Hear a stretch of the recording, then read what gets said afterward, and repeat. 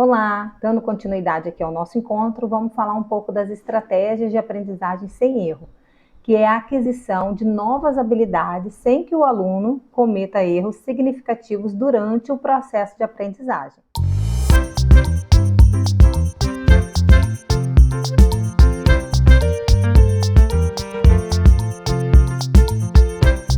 Eu sou Emanuele Pacheco, pós-graduanda em Análise do Comportamento Aplicada. Sou professora desde 2008, estou na coordenação do curso de extensão em atendente terapêutico da FAESC. E estou aqui hoje para ajudar um pouquinho vocês. A aprendizagem sem erro é aquela forma na qual eu ensino e dou condições de acerto para o sujeito que está ali adquirindo aquele conhecimento. A aprendizagem sem erro é aquela situação em que a gente vai ensinar, dando condição do sujeito, do nosso aluno, ele aprender com possibilidades de acertos.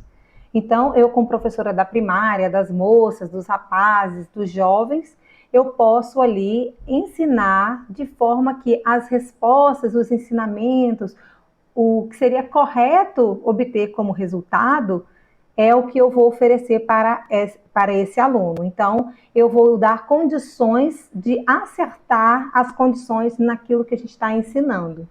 A técnica, ela é baseada na ideia de que o sucesso inicial nas tentativas de aprendizagem, ela é fundamental para poder manter o aluno engajado e minimizar a fuga de tarefas. Ou seja, eu vou contribuir para que o aluno ele esteja totalmente envolvido no processo de aprendizagem.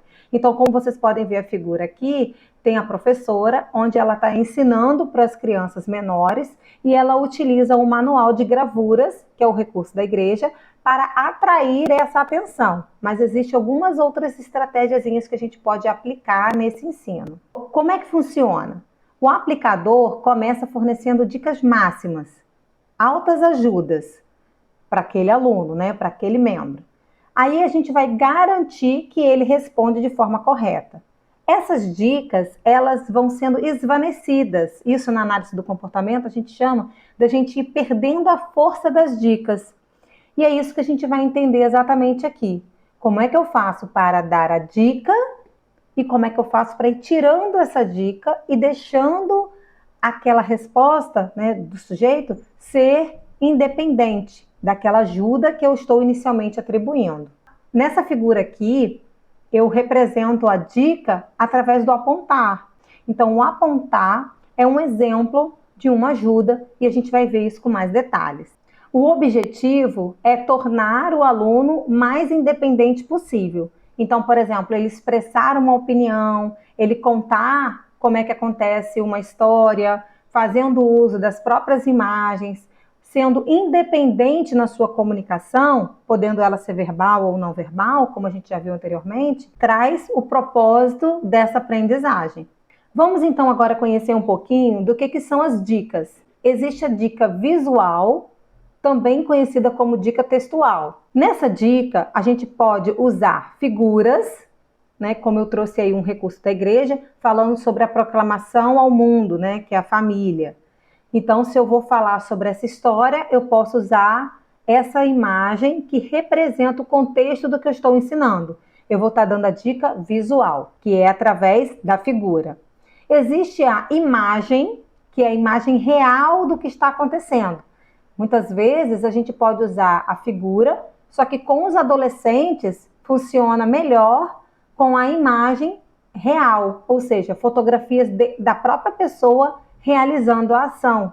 Uma estratégia para a gente poder deixar o aluno mais engajado é trazer a imagem real, a própria imagem dele. Outra forma de dica é usar o objeto concreto. Então, aqui eu trouxe um inário, para representar, eu faço uso desse inário, para poder demonstrar o que eu quero falar ali na aula. E o outro tipo de dica é o símbolo. Eu trago o símbolo do CTR, que a gente pode também estar utilizando os símbolos para poder representar alguma ajuda ali naquele momento da aprendizagem. Essa ajuda sendo a dica visual ou textual que a gente está querendo representar. Existe a dica visual encandeada. O que é isso? Por exemplo, aqui eu trago um trecho da revista da igreja que diz: Jesus Cristo é a força dos jovens. Como isso pode se tornar uma realidade para você e não apenas um conceito? Né? A gente quer ensinar pontos que nos levam a nos fortalecermos enquanto jovens, enquanto crianças, ali enquanto adultos, sendo que o ensinamento aqui são para os jovens, e mostrar que Jesus Cristo é a nossa força. E aí, lá nessa revista, ele traz algumas imagens que representam essa força. Então, quando eu dou a dica encandeada, significa dizer que eu dou várias etapas para que elas possam ser cumpridas, e a partir do momento que eu cumpro uma etapa, sigo para a etapa seguinte, vou para a etapa final, eu consigo, através das dicas visuais ali, demonstrar uma série de ações, né, consequências, para que possa ser realizada para eu alcançar o meu objetivo. E aí, depois, o que a gente pode fazer? A gente pode ir tirando essas dicas aos poucos, né, da última para a primeira, para que a gente possa ir cumprindo e sabendo que todas aquelas ações, elas são necessárias realizar para alcançar o objetivo final. No caso aqui do exemplo, ele traz: o primeiro passo seria guardar os convênios do batismo, depois ler a palavra do Salvador, guardar os mandamentos, arrepender-se todos os dias, né, para fazer uso do sacramento, buscar e seguir revelação por meio da oração, servir no templo. Essas são as etapas que são necessárias para poder conseguir alcançar a força que Jesus Cristo representa para nós. Então, o que a gente pode fazer? A gente pode fazer uso de várias ações que são realizadas em forma de uma sequência para representar que, ao cumprir cada uma daquelas ações, eu consigo chegar no resultado final, que seria adquirir essa força que Jesus Cristo representa para nós. Eu trouxe também uma outra dica mais simples da gente conseguir visualizar essa dica encandeada, que é o passo a passo para lavar a mão. Né? Abrir a torneira, molhar, lavar, enxugar, secar. Aí eu vou ter as mãos limpas. Isso pode estar contido no ambiente da igreja. Só que dentro do ensinamento do Evangelho, eu vou usar a estratégia da dica encandeada de uma ação, por exemplo, de higiene, que eu também usaria, para poder ensinar aquilo que eu tenho para chegar até o conhecimento daquela pessoa. Também através de dicas de passo a passo, dicas encandeadas. Então, todo o contexto do que eu estou ensinando, eu posso criar o que a gente chama de história social. As etapas dessa história, para poder compreender como é que se chegou lá. Então, isso pode ser construído, isso pode ser criado.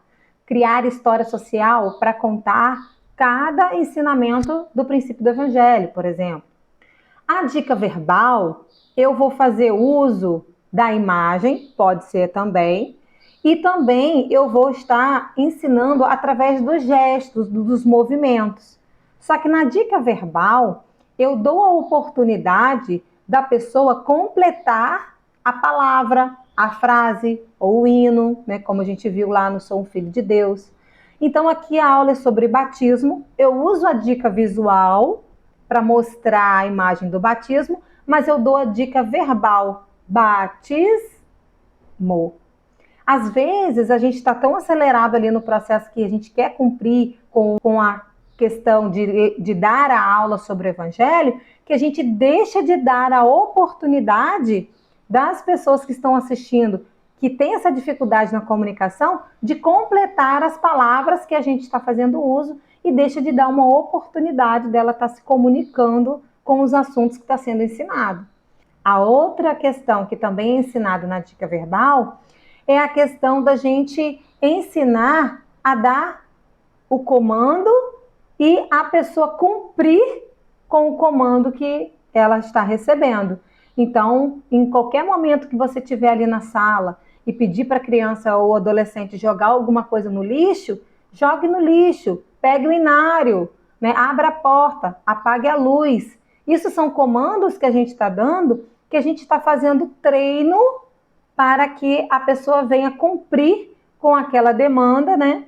E aí seguir uma instrução, e isso vai ajudar bastante a gente interagir, que lá na frente a gente vai ter um resultado que é o que a gente chama de intraverbal, que é a comunicação que ela vai acontecendo a partir do momento que eu consigo trazer essa interação, né, da criança.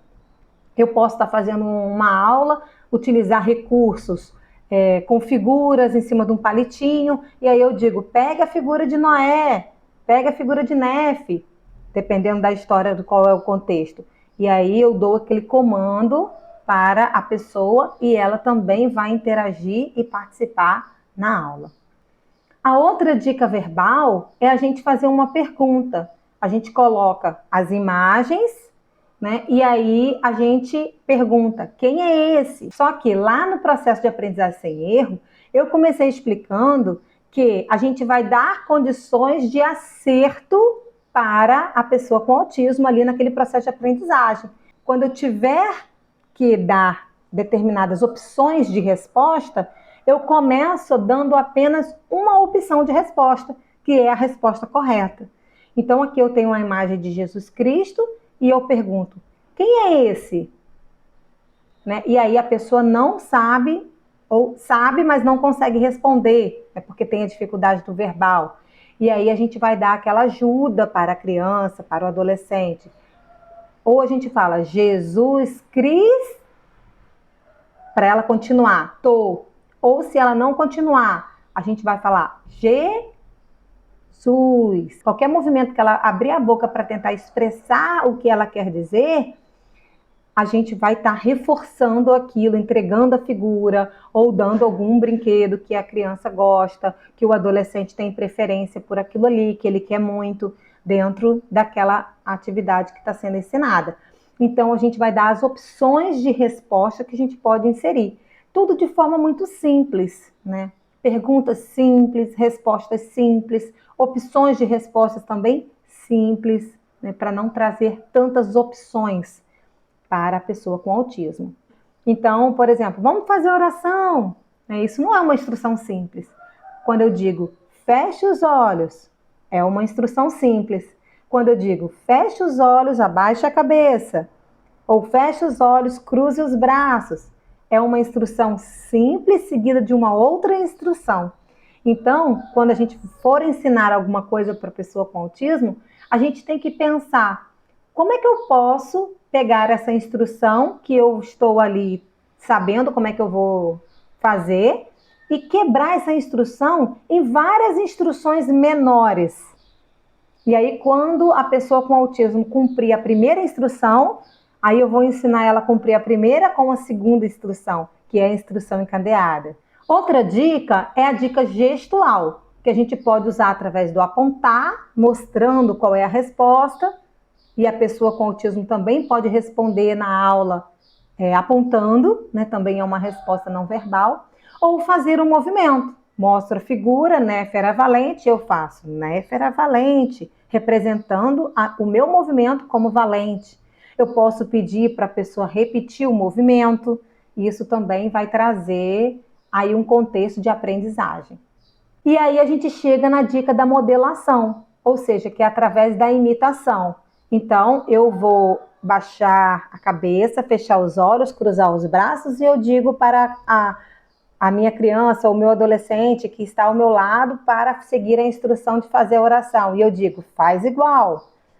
E aí, quando ela é treinada a imitar, a seguir as instruções, a ter o papel de ouvinte, ou seja, compreender o que o outro está falando, ela começa a seguir aquelas instruções que a gente está dando e ela passa a fazer igual quando você dá o comando faz igual. A ajuda física, ela pode ser uma ajuda física total ou uma ajuda física parcial. A ajuda física total, eu vou ajudar a pessoa com autismo totalmente a chegar na resposta correta. E a dica parcial, eu vou dar uma leve ajuda para que ela possa encontrar a resposta correta. Eu começo pela dica física total e depois vou diminuindo essa ajuda, dando apenas uma ajuda devagar, uma ajuda de leve, vai diminuindo a intensidade dessa ajuda até que a pessoa vai conseguir responder, encontrar a resposta correta sem ter ajuda nenhuma. Então, sempre que a gente for fazer alguma dica, a gente precisa olhar nos olhos para dar a dica, lembrar sempre de ir esvanecendo essa dica, de ir perdendo força, para que a pessoa com autismo ela não venha ser independente dessa dica. A gente tem que dar a oportunidade de resposta sem dica, né? Porque, por exemplo, se eu chegar para a pessoa e disser assim, me dá um abraço, e abrir os braços, será que ela está compreendendo que eu estou dizendo me dá um abraço? Ou ela vai vir dar o abraço porque eu abri o braço e estou dando a dica? Experimenta então fazer assim, me dá um abraço sem abrir os braços. Se ela vier dar o abraço, significa dizer que ela está tendo o papel de ouvinte, está compreendendo aquela instrução que está sendo dada, sem a dica. Então, a independência é esse ponto, ou seja, eu dou a instrução e sem dica nenhuma, ela consegue compreender e consegue chegar lá. Por quê? Porque as dicas elas vão enfraquecendo. Né? Uma hora eu digo, me dê um abraço, né? Ou eu falo, abraço, né? Me dê um abraço. E daqui a pouco eu vou perdendo essa força, né? Não faço mais essa ajuda diretamente. E quando eu falar abraço, a pessoa vem te dar um abraço. Então, ela compreendeu aquele comando ali de abraçar. Saber o momento certo de tirar a dica, né, para que a pessoa também não venha ter uma determinada crise. Esse procedimento, ele é mais, vamos dizer assim, detalhado e compreendido num treinamento em ambiente clínico. Mas a gente conhecendo essa estratégia, a gente pode aplicar em qualquer outro ambiente para a gente poder facilitar e ajudar a pessoa com autismo a compreender aquilo que a gente está fazendo, falando, e ela também ter consciência de que ela está sendo compreendida. O próximo vídeo vai falar um pouquinho da prevenção de comportamento problema no ambiente da igreja ou em casa. Então, são as dicas da gente prevenir o comportamento problema.